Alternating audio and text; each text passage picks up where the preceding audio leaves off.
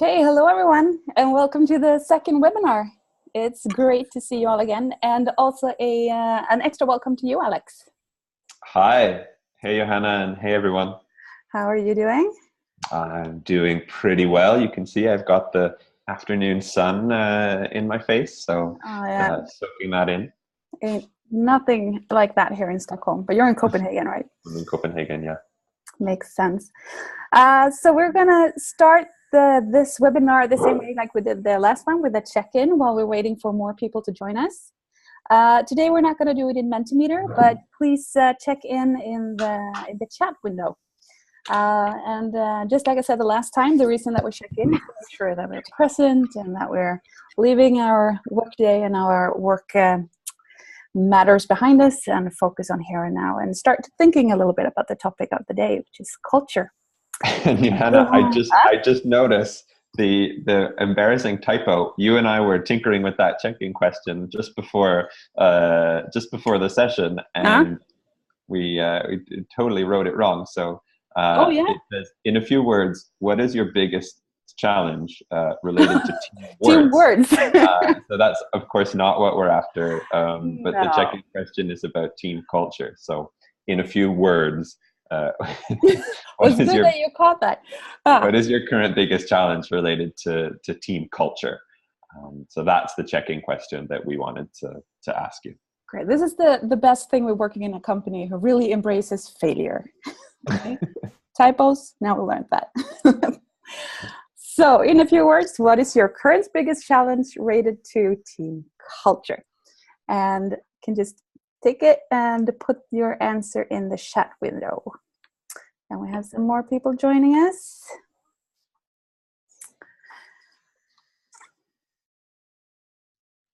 Great. So for the new people joining us, please check in the chat window, and please excuse the typo. The check-in question is, in a few words, what is your current biggest challenge related to team culture? So Alex, would you like to check in? What is your biggest challenge at the moment?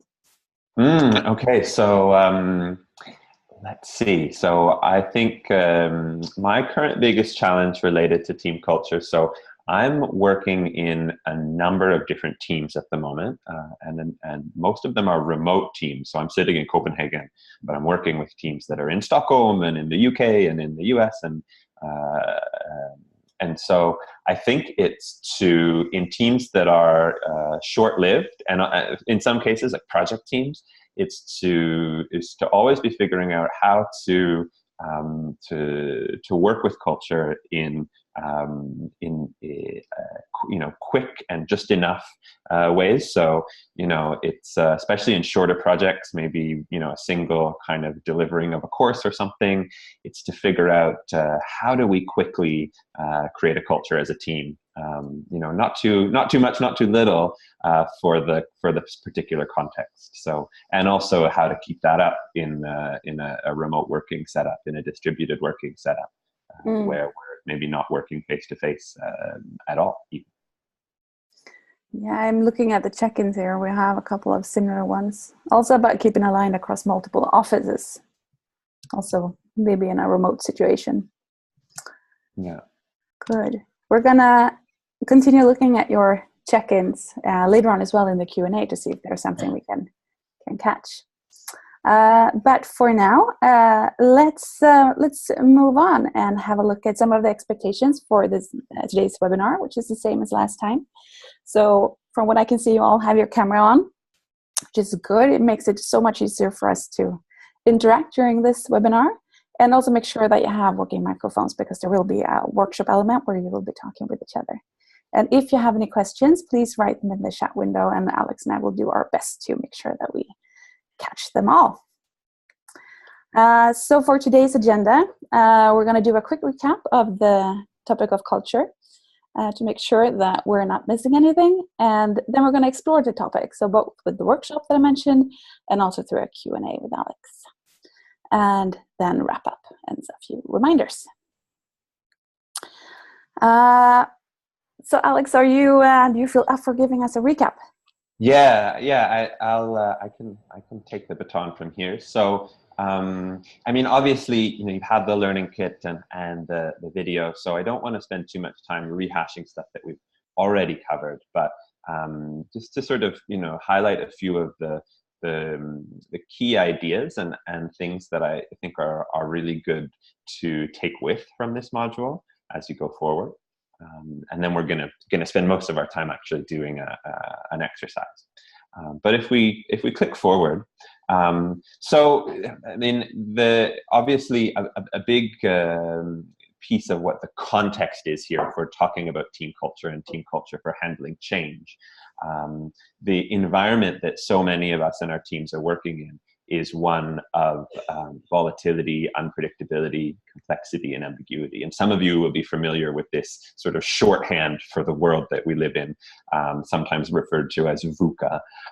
But I think it's good to sort of just remember this as this is sort of the context, like in thinking about the types of cultures that we need, and why those might need to be different from what we're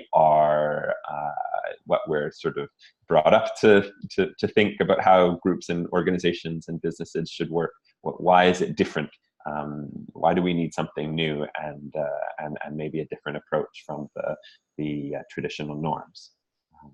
And so some of the ideas that I think that are really good to keep in mind coming from this learning kit is, first of all, this distinction, and I love this sort of summary of it, is the distinction between tight synchronization and loose coordination. So whereas a generation ago, organizations, often would thrive when teams and structures were built for tight synchronization, right? The industrial machines and scientific management. What we need today in environments that are unpredictable and complex and constantly changing, and just by nature, we can't know what the right solution is from the outset. We rather need teams that can loosely coordinate, right? Different individuals can play to their different strengths. The team can adapt in kind of organic ways to surprises and unexpected things, so that change doesn't become a constant cause of crisis, but rather something that teams can adapt to. And so then I guess the thrust of this module is about looking at, so what kind of cultures do we need to cultivate to be able to do that. And so this is one of those key models, and I think this is one that there's a workshop around it, and it features in the learning kit, is this idea of alignment and autonomy, and that there are these two axes that are really important to work with to kind of achieve that effective, loosely coordinated team. And so it's about, encouraging both high autonomy in people, so the freedom to kind of make choices and find their own solutions and exercise creativity and problem solving on a case by case, moment by moment basis. But of course, if you only have autonomy without alignment to a common purpose and a common set of goals, then you're going to have a bunch of lone wolves, right? So you also need that other axis, which is high alignment. So clarity around the driving purpose, around the goals, around the priorities, and the shared ground rules. So a useful thinking model, but also, as you've seen, a model that you can use practically with your team by actually sort of exploring, okay, how do we work today? Do we have, what's our degree of alignment? How do we work autonomously, and how might we increase on one or the other or both axes? We actually had a check-in on this model as well, with one person having a team with a high autonomy with low alignment, having them running around like headless chickens. So maybe we come back to this during the Q&A as well. Great, or during our little workshop. Yes.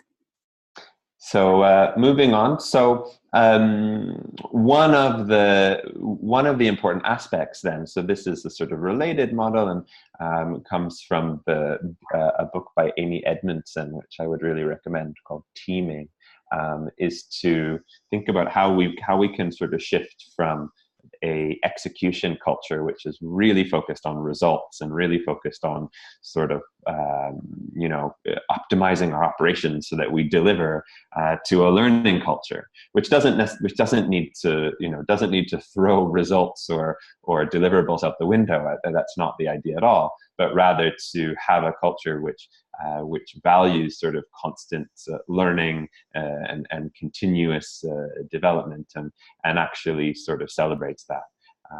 And it's interesting, just a very quick sidebar, is that I attended an event in Copenhagen yesterday, which was a meetup of Hyper Island alumni from different courses and programs of Hyper Island. And we were sort of having an open dialogue, and they were talking a lot about how difficult it is to foster that kind of a culture. A lot of, especially students who were at longer term programs within Hyper Island, really being sort of brought up within a Hyper Island spirit and set of values around this type of approach. But it felt like a support group for people trying to drive this type of culture in their organizations, and sharing how challenging that can be. So not to say that it's something that's super easy, but it is something that can be very powerful. And then one more, and this is that idea of some of the different sort of levels of culture, what is visible and what is invisible, and in particular that idea that a lot of where culture in teams and organizations stems from is actually more invisible and under the surface than visible and above the surface. So of course we can see what the behaviors are and what the outcomes those lead to.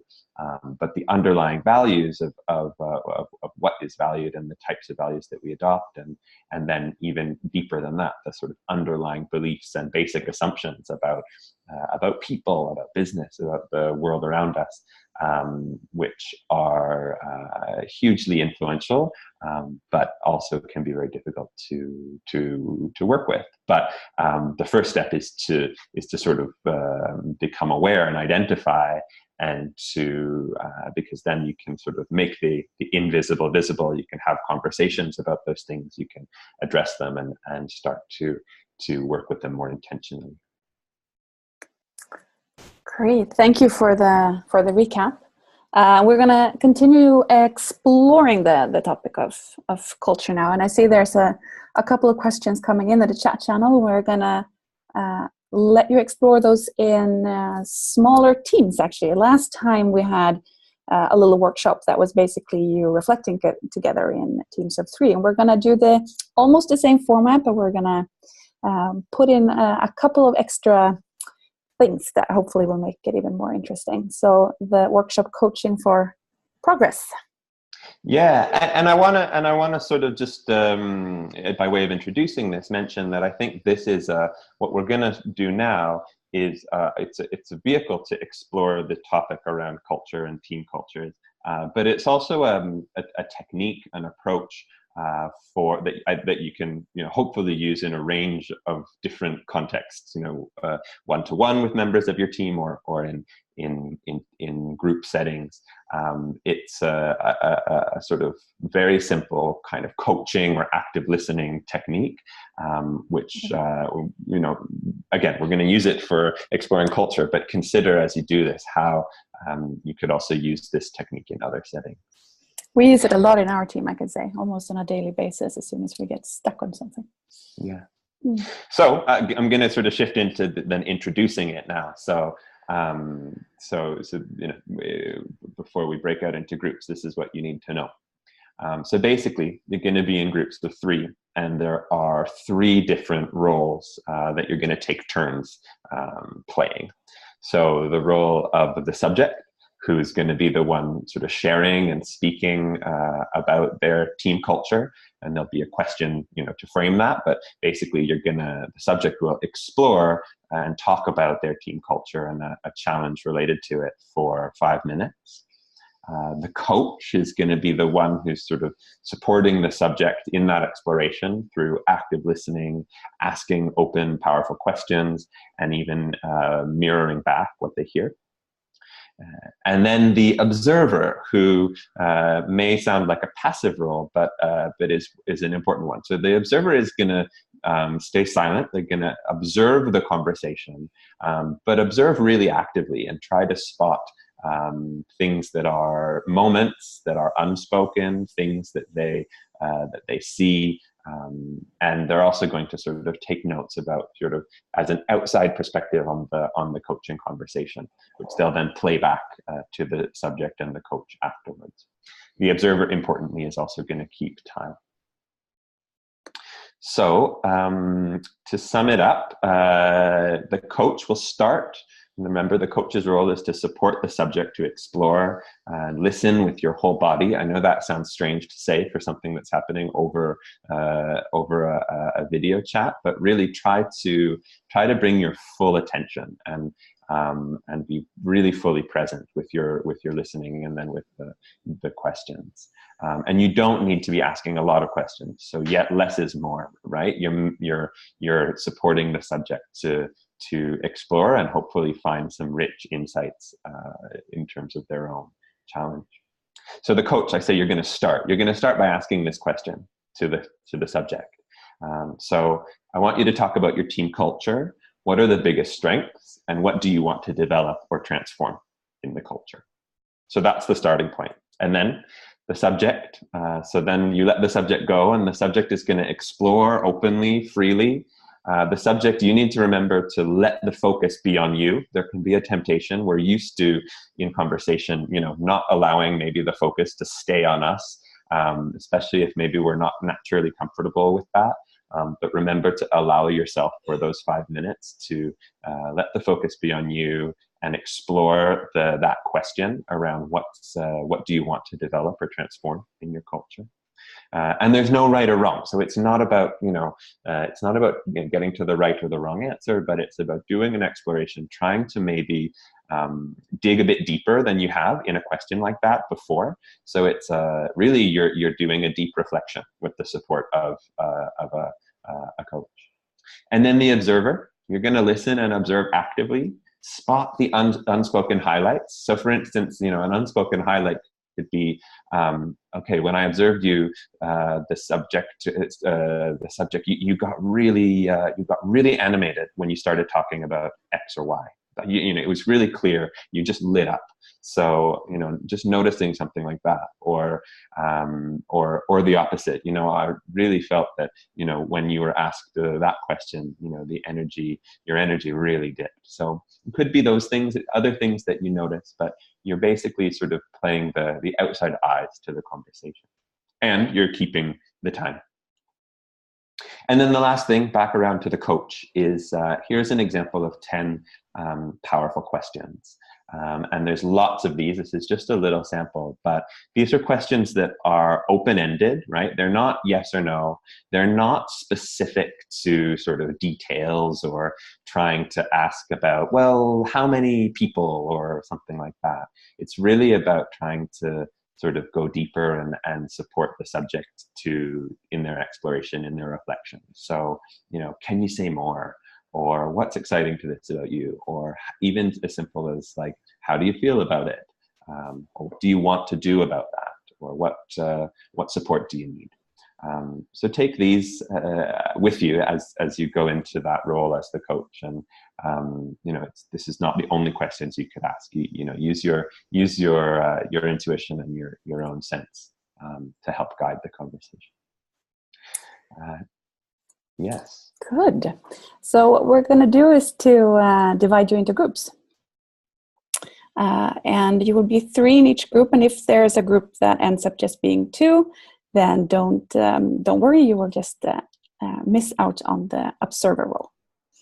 And finally, just by way of summing up. So it's 3 rounds. So each person takes turns taking each role. 5 minutes for that coaching conversation, and then 2 minutes for the observer to share back what he or she noticed, and then pretty quickly moving into the next round.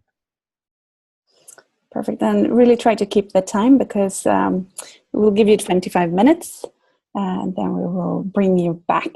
And we might also we'll send you a little notification when half the time has come. Okay. Is there anything more we need to add, Alex, before we create the little rooms?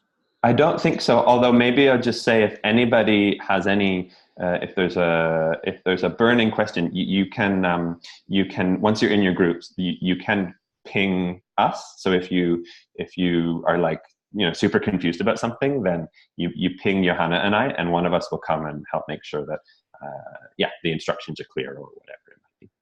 Yes, and also there will be these slides. I will put them in Slack as soon as we break out into groups. Right, so that you have the questions. Yes. So you will get a link in just a second here, and you follow that, and we will see you soon.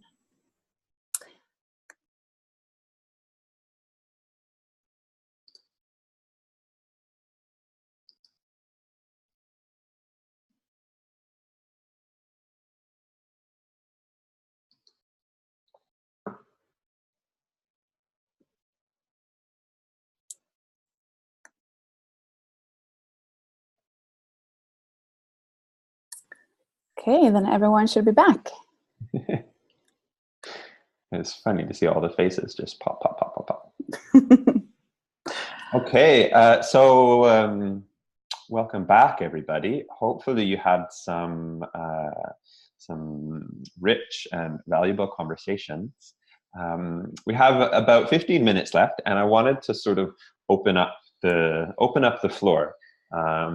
And it could be for two things. So one thing could be sort of reflections around the exercise. So if you have reflections or insights about how it was to practice that kind of coaching, active listening role, how it was to sort of be the subject, how it was to be the observer, any sort of reflections on a meta level from that exercise. So that could be one thing. Or it could be to follow up on sort of questions or challenges, things that you're sitting with regard to the ideas and the content around team culture and team culture for change.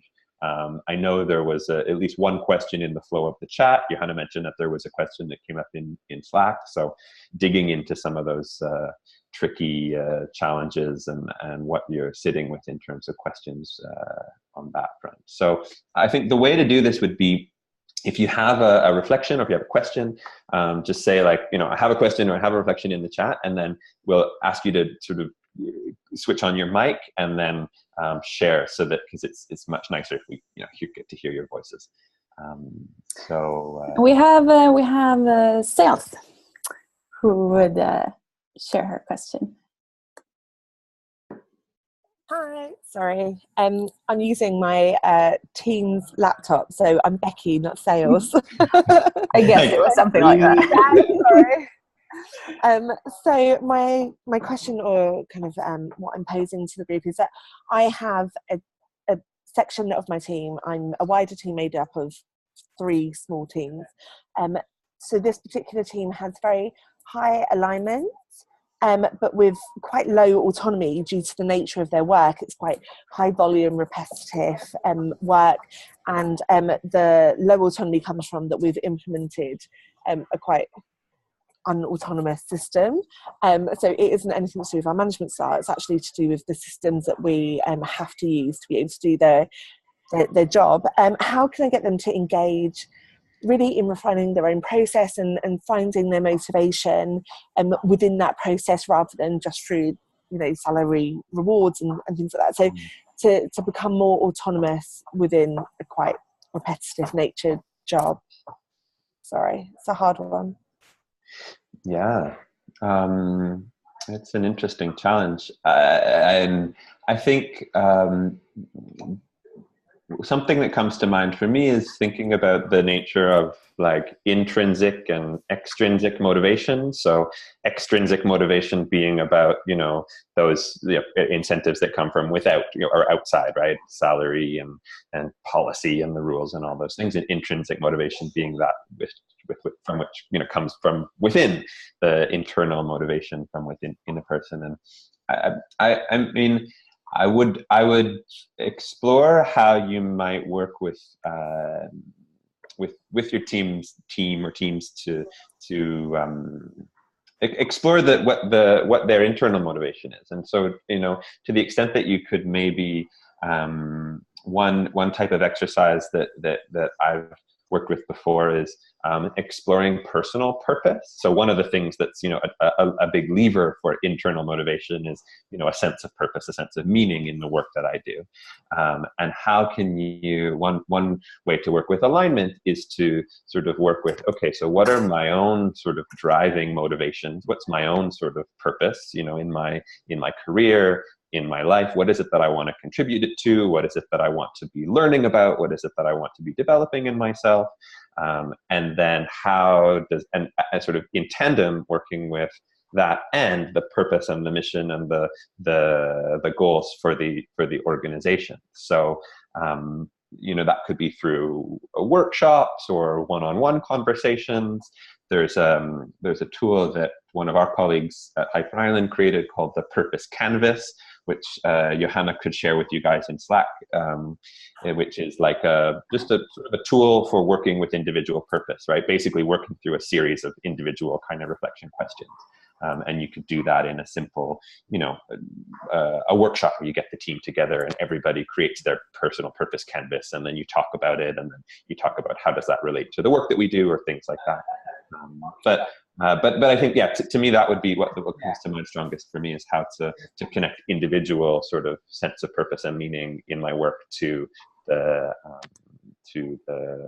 of the company or the organization. Great, thanks. We also had two people checking in with the opposite, having a lot of autonomy but no alignment. Are there any thoughts on that, Alex? And it's the other way around. Yeah, when there's lots of autonomy but no alignment. Yeah, so then that was the chickens with the heads cut off, right? Yes. Yeah. I see more. It says have a big smile on his face.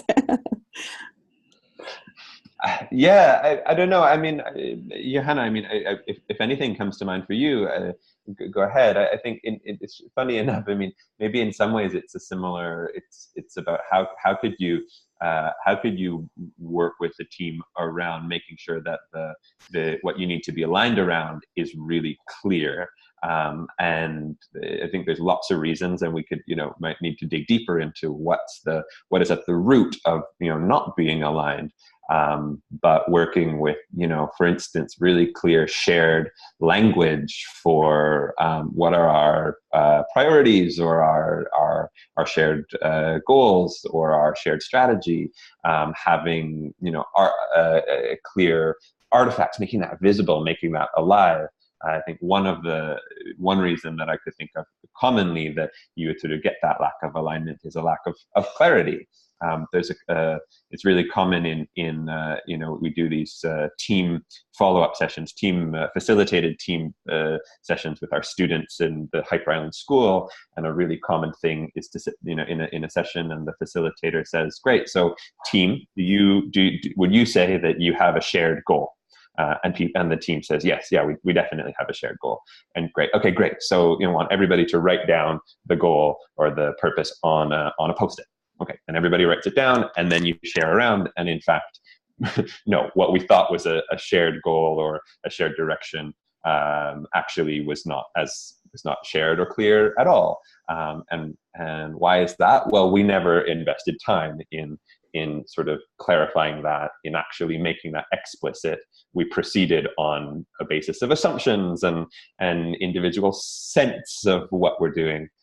So often it's about, you know, stopping and investing some time and effort into making the invisible visible, or just making it really explicit.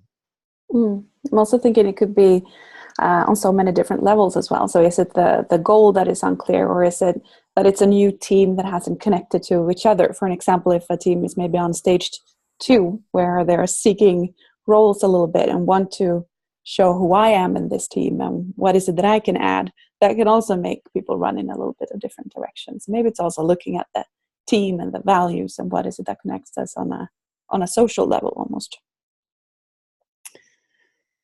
We have a question from Mark as well.